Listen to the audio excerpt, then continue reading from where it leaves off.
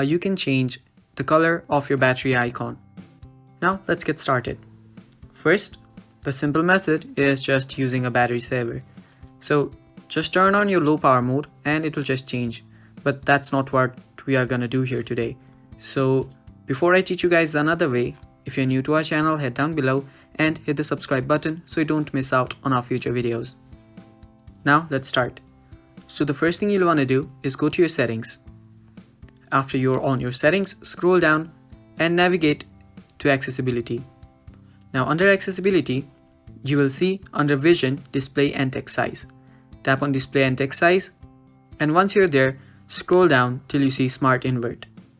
Tap on smart invert and there you go. Now when you turn on your battery saver, that is your low battery mode, you'll see that the color's been changed. Not only that, your entire display has been changed. So that is how you do it, guys. That is how you change the color of your battery icon. Thank you for watching. That is all for the video. Stay tuned for more.